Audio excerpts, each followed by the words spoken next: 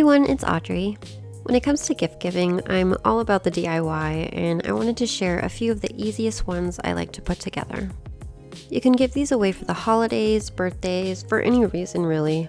I just think these are some simple yet thoughtful gifts that pretty much anyone can make, so let's get started. First up is a customized throw pillow.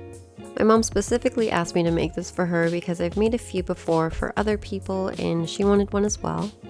One of the pillows I made for her says relax, and I actually used stencils for the lettering, which you can find at your local craft store.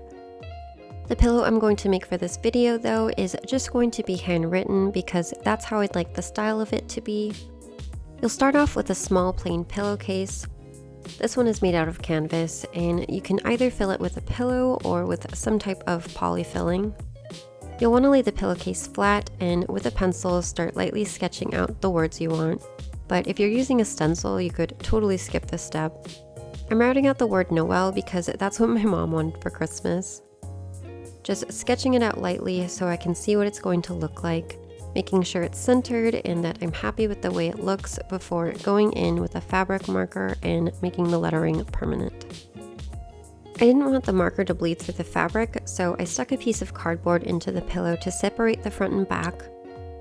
I also do this lightly at first in case I make a mistake, and then continue to go over it multiple times until it's how I like it.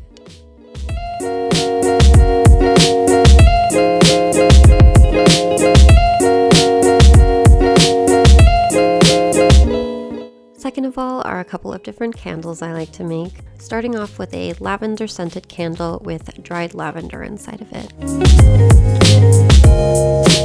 I found a couple of jars with wooden lids that I thought would be perfect and melted down a bowl of 100% natural soy wax shavings. It's important that you heat the wax so that it melts completely, but not to the point where it's too hot to the touch. We need the wax to be melted but warm for this project. I'll add a few drops of whatever essential oil I want my candle to smell like. And then taking a spoon, I place some of the melted wax into a jar and kind of tilt it on its side, rotating so that the wax covers the inside. This is going to create a base for the dried lavender to stick to. However, if the wax is too hot, then it'll just stay melted and not really get tacky enough for the lavender to stick. If your wax is at the right temperature, you should just be able to place the dried flowers against the side of the jar like this. Once that's finished, I let that dry for a few minutes so the flowers are set before filling the jar with the melted wax. After that, I'll just place a wick in the center of the candle. This one came with a metal anchor attached, and keep that in place by holding it together with a clothespin just perched on the lip of the jar.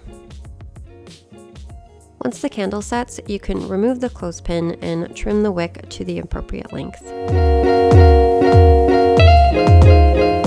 In case this has too many steps for you, another candle I like to make is a seashell tea light candle. I found these small scallop-like shells and taped them down to the table how they would naturally sit, just to keep them in place. Then I carefully placed the wick and anchor at the bottom of the shell, just so it'll sit upright, and then with a spoon I just placed some melted wax into the bottom of the shells just to create a base. Then adding more wax until the shell was full enough.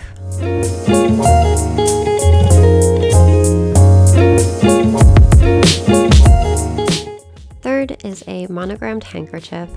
I made one of these for my dad last year and he absolutely loved it. It's totally his thing. You could make the actual hanky from scrap linen if you wanted to, but I just purchased a plain one myself.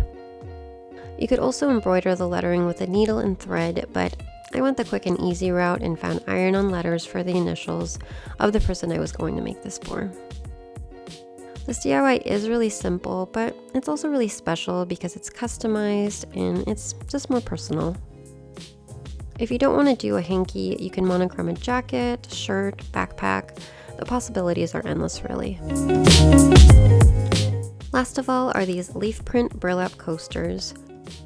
To save time, you can find coasters like these at the store like I did, or you can cut up 2 pieces of burlap in the shape of a circle and either glue or sew them together. Taking a little leaf branch I found outside, I just placed it on top of the coaster and used it as a stencil. I went over it with a fine tip marker first and then kept going over it until I was happy with the shape. Lastly, moving on to a thicker permanent marker and filling in the design to look the way I wanted it to.